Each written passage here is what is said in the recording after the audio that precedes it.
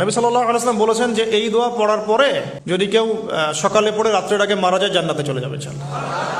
রাতে পড়ে সকালের আগে ইন্তেকাল করলে জান্নাতে চলে যাবে ইনশাআল্লাহ।